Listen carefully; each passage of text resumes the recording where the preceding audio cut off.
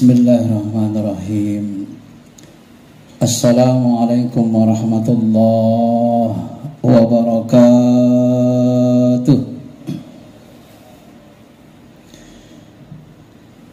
Alhamdulillahi hamdan na'imin. Ashhadu an la ilaha illallah rabbuna rabbul alamin. Wa ashhadu anna Muhammadar Rasulullah sayyiduna sayyidil mursalin. Allahumma salli ala habibina syafi'ina Muhammadin wa ala alihi wa sahbihi ajma'in, amma ba'd. Ma'asyiral muslimin, jamaah salat zuhur yang dirahmati Allah. Tema ceramah yang akan kita bahas pada kesempatan ini adalah misi ruh, misi manusia turun ke muka bumi. Pembahasan ini bagi saya sangat penting karena mengingatkan kita, termasuk diri saya, supaya kita tidak lalai dalam kehidupan kita ini. Kita ini sebenarnya ma'asyiral muslimin adalah makhluk alam cahaya, diciptakan dari Nur Muhammad, berasal dari alam lahud, alam keabadian, diturunkan ke bumi ini sementara saja 60-70 tahun, sedikit yang umurnya sampai 100 tahun. Kalau kita lupa misi kita turun ke bumi, maka nanti kita akan hidup menderita sesudah ini. Maka dari itulah perlu kita ulang-ulang, sebenarnya kita diturunkan Allah ke muka bumi ini buat apa? Apa tugas kita? Allah Subhanahu wa taala berfirman,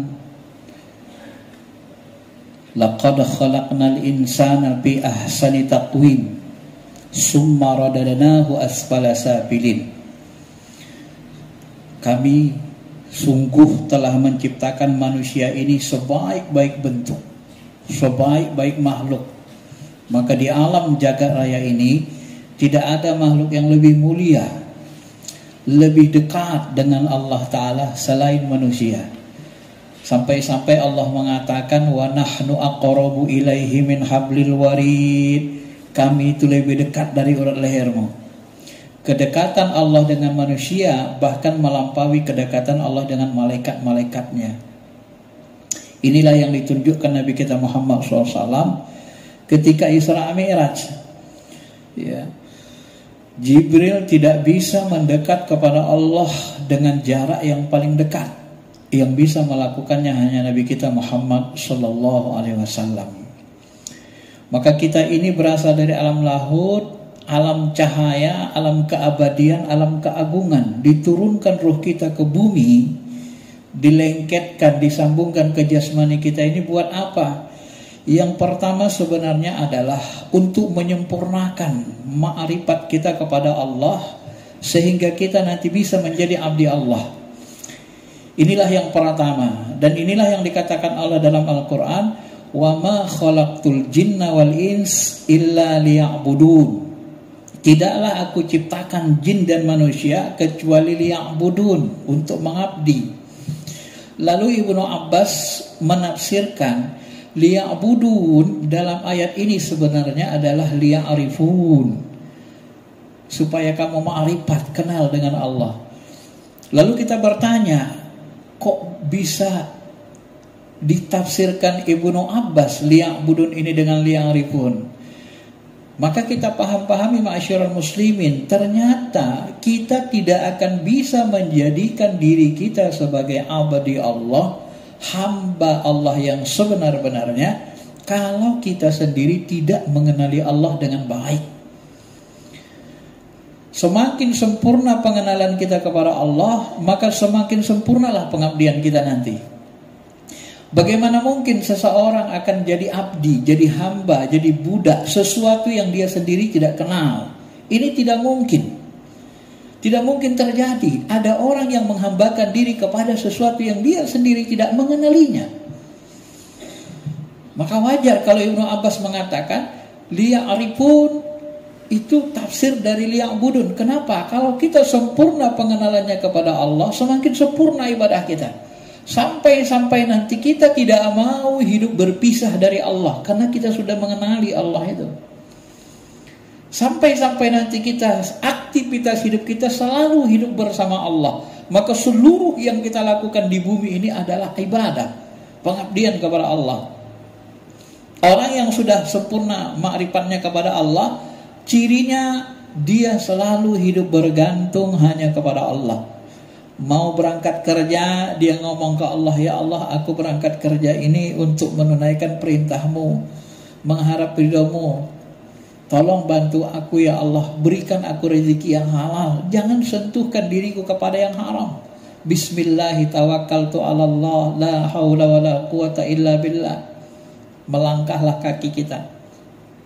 Di dalam kantor, kita ingat Allah, ya Allah, di kantor ini banyak masalah. Ada sekitar 21 masalah belum selesai. Tolong bantu aku ya Rabb menyelesaikannya pelan-pelan satu persatu. Maka Allah beri petunjuk ke hati kita, kita selesaikan. Hari ini selesai 3-5 masalah. Pulang kita ke rumah, ya Allah terima kasih ya Allah, tadi engkau telah bantu aku menyelesaikan masalahku, sudah 5 selesai. Mudah-mudahan besok akan selesai yang berikutnya. Jadi semua dari mau berangkat kerja, di dalam kerja, pulang dari kerja, semuanya menjadi ibadah. Inilah liya'budun itu, karena kita kenal. Kita pingin selalu hidup disertai oleh Allah, karena pengenalan kita kepada Allah sempurna. Tapi kalau kita tidak kenal sama Allah, ma'asyiral muslimin, kadang-kadang kan kalau kita tanya orang, kamu kerja ini kenapa? Karena Allah. Apa buktinya kamu kerja karena Allah? Kamu tadi berangkat kerja ingat Allah enggak? Baca bismillah enggak? Enggak.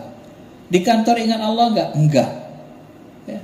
Pulang dari kerja ingat Allah enggak? Enggak. Loh, katanya kerja karena Allah, tapi gak ingat Allah. Mau berangkat gak ingat, di kantor gak ingat, pulang kerja gak ingat. Lalu Allahnya di mana?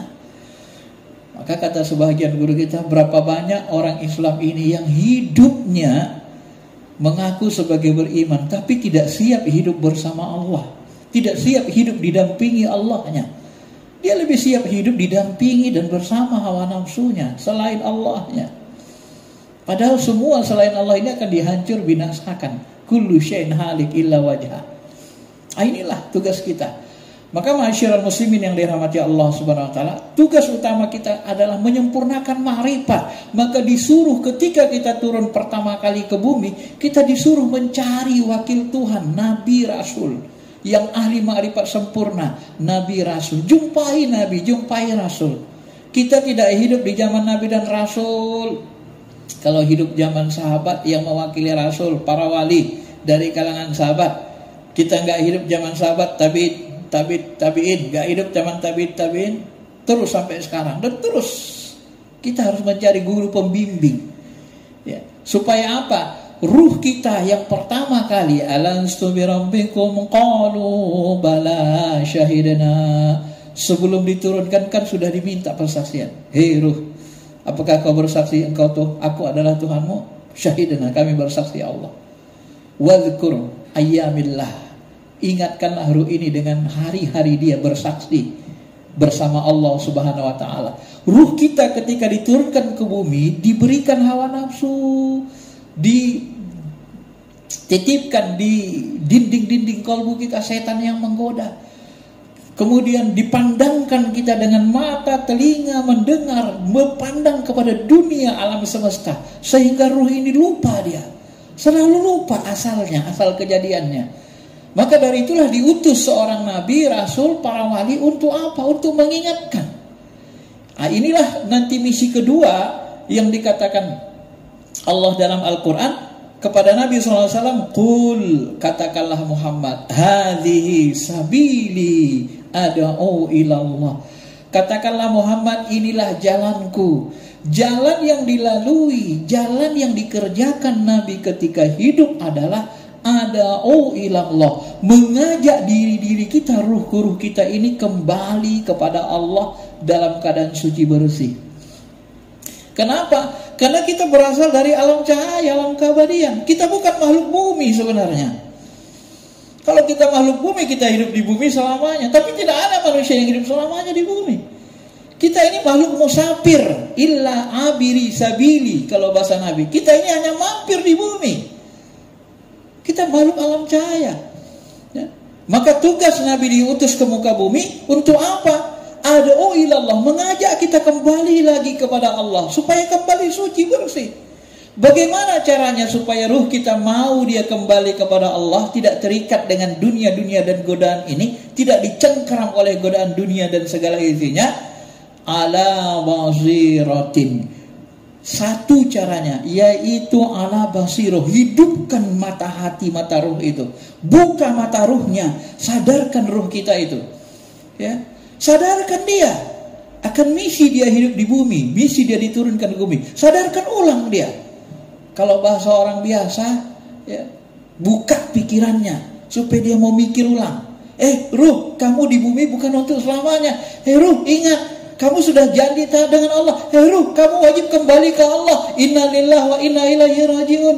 Kamu berasal dari Allah dan akan kembali kepada Allah. Gak bisa kamu gak kembali. Ingat tugasmu di bumi ngapain? Jangan lupa. Ini seperti anak kita kuliah ke luar negeri, kuliah ke Amerika, kuliah ke Mesir. Ingat nak, tugasmu belajar. Ayah sudah habiskan seluruh banyak uang, sudah miliaran. Tugasmu 2 tahun, 4 tahun hanya untuk belajar di negeri orang. Jangan terlibat narkoba, jangan terlibat ABC. Ingat nak, ingat benar-benar. Tolong ayah sudah habis-habisan untuk kuliahkan kau. Kira-kira begitulah perumpamannya. Maka Nabi Rasul diutus untuk apa? Mengingatkan kita, mengingatkan ruh kita, supaya kita jangan lupa di bumi ini bahwa misi kita adalah menjadi abdi Allah, menjadi kekasih Allah. Supaya ruh kita itu ingat kembali, maka dibuka mata ruhnya, disadarkan. Bagaimana cara membuka mata ruh, menyadarkannya? Ana wa manittaba'ani, yaitu dengan cara melaksanakan ibadah-ibadah fardu dan ibadah-ibadah sunnah, dengan cara membersihkannya. Ainar ruh, mata ruh kita, hati kita itu bisa terbuka mengenal Allah kalau dia dibersihkan. Bagaimana cara membersihkannya? Banyak beramal amalan fardu dan amalan nawafil. Inilah yang dikatakan dalam hadis qudsi, tidak ada yang lebih kucintai yang dilakukan hambaku kecuali mereka mengamalkan amalan fardu. Tidak henti-hentinya hambaku mengamalkan amalan nawafil, amalan sunnah, sampai aku mencintainya. Apabila aku mencintainya, kujadikan dia memandang dengan mataku, mendengar dengan telingaku, dan seterusnya. Sehingga nanti satu kesatuan. Apa yang jadi pandangan Allah, firman Allah, begitulah kita memandangnya. Ketika Allah mengatakan kepada kita, ketika kena musibah sabar, maka kita pun bersabar. Menyatu keinginan kita dengan keinginan Allah, pandangan kita. Kenapa? Karena terbiasa dalam ketaatan. Ma'asyiral muslimin, jamaah salat zuhur yang dirahmati Allah. Saya ulangi bahwa untuk membuka mata ruh, mata hati tadi harus dibersihkan. Membersihkannya bagaimana? Dengan mengamalkan amalan wajib dan amalan sunnah. Maka seluruh amalan yang kita lakukan, yang diperintahkan Allah Rasulnya, semuanya membersihkan kalbu. Sholat 5 waktu sehari semalam itu sama dengan mandi di depan rumah kita, mandi di kolam. Bersih. Puasa Ramadan, man shoma Ramadana imanan wa ihtisaban ghufira lahu ma taqaddama min dzambi. Siapa yang puasa Ramadan, syaratnya apa? Dengan keimanan, kemudian dengan ihtisab. Ihtisab itu dengan khusyuk dalam hal shaum. Artinya dengan melibatkan hati, melibatkan ruh. Salat itu juga harus melibatkan ruh dengan khusyuk. Karena yang mau kita bersihkan adalah rohani kita, kalbu kita. Kalau dia tidak dilibatkan dalam sholat, dalam puasa, dia tidak akan bersih. Maka ibadah yang paling sempurna, kata Al-Ghazali, ibadah shaum yang paling sempurna, paling tinggi adalah orang yang puasa dengan kalbunya. Saat puasa, hatinya hanya tertuju kepada Allah, Allah saja. Walaupun dia bekerja, hatinya ke Allah. Kadang orang bertanya, Ustaz, bisa nggak kita kerja hati kita ke Allah? Bisa. Bisa. Itu mirip ketika kita cinta dengan seorang perempuan, calon istri kita. Kita ngendrai mobil. Begitu ngerai, tapi kita senyum-senyum, teringat, terbayang, tertawa. Senyum-senyum, kenapa? Teringat orang kita cintai. Walaupun kita bisa mengendarai mobil dengan bagus, tapi hati kita ke orang kita cintai. Begitulah perumpamaannya. Jadi orang yang sempurna ma'rifatnya, bersih kolbunya, selalu bergantung kepada Allah. Apapun dia kerjakan, dia selalu ingat Allah Subhanahu wa ta'ala. Maka perjuangan hidup kita ini adalah perjuangan mensucikan diri. Qad aflaha man zakkaha. Kata Allah Ta'ala, wa nafsi wa ma sawwaha, demi jiwa dan penyempurnaannya. Fa'alhamaha fujuraha wa taqwaha. Setelah jiwa kita ini disempurnakan, kemudian dileketkan pembisik-pembisik jalan kotor, jalan keburukan. Hawa nafsu bisikannya kotor, setan bisikannya sesat. Wa taqwaha, dan bisikan yang baik, bisikan dari hati nurani kita, dari malaikat, ini yang baik. Qad aflaha man zakkaha, beruntunglah orang yang mensucikannya. Maka seluruh amalan kita ini untuk mensucikan diri tadi. Salat mensucikan diri, puasa mensucikan diri, kita berangkat haji, barang siapa yang haji dapat haji mabrur, kharajat min batni ummihi, dia seperti keluar bersih, seperti keluar dari rahim ibunya. Zakat, khudz min amwalihim shadaqatan tutahhiruhum wa tuzakkihim biha. Ambil harta zakat mereka untuk apa? Tutahhiruhum, untuk mensucikan mereka, wa tuzakkihim, mensucikan mereka, zakah. Jadi hidup kita ini berjuang untuk membersihkan rohani. Supaya apa? Supaya mata ruh kita ini dia sadar, terbuka. Kalau tidak dibersihkan, dia akan kotor. Semakin tidak dibersihkan, semakin kotor, semakin banyak maksiat, banyak bintik-bintik hitam di kolbu kita, di hati kita, lama-lama dia ketutup. Khatamallahu ala qulubihim. Kalau sudah ketutup, na'udzubillah, maka nanti orang yang hatinya ketutup, dia cenderung kafir, nggak percaya akhirat, nggak percaya lagi sama Allah, nggak pedulian dengan perintah-perintah Allah. Kenapa? Karena sudah ketutup. Kenapa ketutup? Tidak dibersihi, banyak maksiat, banyak jalim. Masyarul muslimin, jamaah salat zuhur yang dirahmati Allah. Inilah misi kedua. Jadi misi pertama tadi itu untuk mengabdi, menjadi kekasih Allah, ya, dengan cara membersihkan diri, 1-2 berhubungan, sehingga nanti sempurna ma'rifat kita kepada Allah, sehingga ruhani kita kembali dalam kondisi sempurna dan dimuliakan nanti. Dan misi yang ketiga adalah disebutkan sebagai khalifah di muka bumi. Ini yang sering juga kita dengar. Wa idza qala rabbuka lil malaikati inni ja'ilun fil ardi khalifah. Ingatlah ketika Tuhanmu mengatakan kepada malaikat bahwa Allah ingin menjadikan khalifah. Yang dimaksud khalifah di muka bumi apa? Khalifah di muka bumi ini tugasnya adalah memakmurkan bumi. Bagaimana supaya bumi makmur? Maka di dalam ayat yang lain, ketika Allah menciptakan Nabi Daud sebagai khalifah, maka yang pertama Allah suruh adalah fahkum bainahum bil adli, menegakkan keadilan, melanggengkan kebaikan, memeratakan ekonomi sosial. Jadi tugas kita memakmurkan bumi supaya bumi ini makmur, tenang, aman, damai. Maka keadilan harus ditegakkan, kemakmuran harus dimeratakan. Ini tugas kita sebagai khalifah. Dan tugas kita sebagai khalifah ini, itulah salah satu sebab kenapa kita diberikan hawa nafsu. Karena hawa nafsu ini sebenarnya dalam rangka untuk sebagai perangkat untuk menjadi khalifah. Sebab kalau tidak ada hawa nafsu, sebagaimana dalam satu riwayat disebut, ketika malaikat mencabut hawa nafsu dari seluruh penduduk satu kampung, satu daerah, satu kota, apa yang terjadi? Semua masyarakat itu tidak mau lagi, tak mau nikah, tak mau cari nafkah, tak mau punya mobil, tak mau punya gedung-gedung. Semuanya mau di masjid, itikaf zikiran. Hanya ingat Allah saja, ibadah saja. Gak mau apa-apa. Karena hawa nafsu ini banyak sekali keinginannya. Maka dalam puasa ini, walaupun hawa nafsu ini bisa sebagai musuh, bisa juga sebagai alat teman kita. Apabila bisa kita kendalikan, maka hawa nafsu ini menjadi teman kita untuk memakmurkan bumi. Dengan hawa nafsu inilah kita mau membuat masjid semegah ini. Karena hawa nafsu lah kita mau menikah, sehingga kita punya anak istri. Kalau nggak ada hawa nafsu kita nggak mau nikah. Kita nggak mau hidup bernegara, nggak mau membangun kota, nggak mau. Kan itu semua hawa nafsu.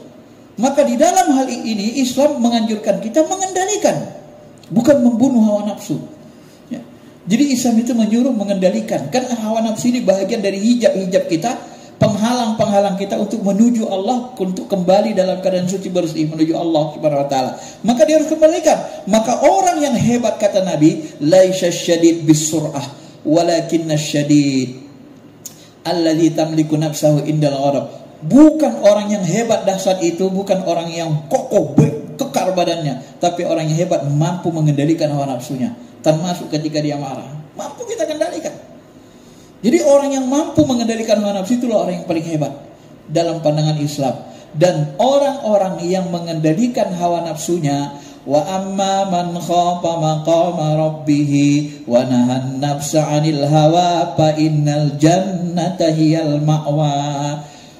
Orang-orang yang mampu takut kepada Allah dan mampu menahan hawa nafsunya, maka dia dijanjikan Allah surga. Dan salah satu amalan yang paling hebat untuk mengendalikan hawa nafsu adalah puasa. Makanya puasa ini dijadikan Allah amalan pokok dalam Islam, amalan pilar, bukan amalan biasa. Kenapa? Karena musuh yang paling berat di diri kita adalah hawa nafsu. Inilah yang dikatakan Nabi ketika selesai perang Badar. Sahabat kita baru selesai perang kecil menghadapi perang yang lebih besar. Apa masih ada perang yang lebih besar dari Rasul? Sahabat kaget. Karena perang Badar itu sudah sangat besar bagi mereka. Ada perang melawan hawa nafsu. Maka hawa nafsu ini adalah sumber petaka bagi kehidupan, bisa menjadi teman juga, tergantung kita. Kalau dia tidak dikendalikan, dia menjadi sumber kerusakan. Kalau kita tanya misalnya jujur, kenapa Israel menyerang Palestina? Pasti nanti ujungnya karena hawa nafsu. Hawa nafsu ingin berkuasa, hawa nafsu ingin menguasai wilayah, hawa nafsu ingin macam-macam. Jadi hawa nafsu ini sumber petaka. Inilah musuh manusia paling berat. Jadi musuh kita yang paling berat itu ada di diri kita. Sekiranya semua orang bisa mengendalikan hawa nafsu, ini Indonesia sejahtera ini, Pak. Ma'asyiral muslimin. Enggak ada orang berbuat curang, enggak ada orang berbuat tidak adil. Semua orang berbuat baik. Tapi karena banyak orang tidak bisa mengendalikan hawa nafsu, maka jadilah kehidupan kita banyak dosa dan kejahatan. Kenapa? Kebanyakan kejahatan itu berawal dari hawa nafsu. Dan hawa nafsu itu diberi Allah alatnya untuk menahannya, yang kita sebut dengan puasa. Makanya bulan puasa begini, bulan Ramadan begini, banyak gak orang berbuat baik? Banyak. Banyak gak orang ke masjid? Banyak. Kenapa? Manusia mencoba mengendalikan hawa nafsunya. Tapi menjelang nanti Idul Fitri, ketika mereka melepas kembali hawa nafsunya, udah mulai itu melemah kebaikan-kebaikan itu. Kenapa? Semakin kuat kita kendalikan hawa nafsu, semakin menyebar kebaikan-kebaikan di dunia maupun di akhirat. Tapi semakin kita kendalkan kendali hawa nafsu, maka semakin merajalelalah kejahatan, keburukan di muka bumi. Dan tugas kita adalah melawan, menaklukkan musuh terberat ini. Supaya apa? Supaya kita bisa melestarikan bumi, bisa kita menegakkan keadilan, bisa kita men-share. Kalau bahasa undang-undang kita, udara, kekayaan alam ini, baik udara, lautan, darat, semuanya digunakan untuk sebesar-besar kemakmuran rakyat. Ini adalah undang-undang kita. Kalau kita PNS, kita sudah disumpah untuk melaksanakan Pancasila sila kelima ini. Maka tidak boleh sebenarnya ada istilah, tidak boleh ada istilah sepertiga kekayaan alam ini dikuasai segelintir orang kecil. Enggak boleh sebenarnya itu. Karena itu cenderung kerakus. Mahatma Gandhi pernah mengatakan, isi bumi ini jauh lebih cukup untuk menghidupi seluruh makhluk bumi. Tapi isi bumi ini tidak cukup kalau diberikan kepada satu orang yang rakus. Nah, satu orang yang rakus ini dikendalikan hawa nafsunya. Maka kita harus tahan dia. Kita harus kekang. Jangan sampai kekayaan alam kita dikuasai segelintir orang. Harus digunakan sebesar-besar kemakmuran rakyat. Kenapa? Karena kita khalifah di muka bumi. Itu tugas kita, itu misi kita. Karena kita ini bersaudara, kita ini makhluk alam lahut. Harus berbuat baik satu sama lainnya. Inilah misi kehidupan kita yang kita kaji dari Al-Quran dan Sunnah mudah-mudahan bisa kita pahami dengan baik, dan mudah-mudahan Allah memberikan kekuatan kepada kita untuk istiqomah mengendalikan hawa nafsu kita, menyempurnakan ma'rifat pengenalan kita kepada Allah, sehingga kita bisa menjadi sebenar-benar abdi Allah. Terima kasih, mohon maaf atas segala kekurangan, terima kasih atas segala perhatian. Assalamualaikum warahmatullahi wabarakatuh.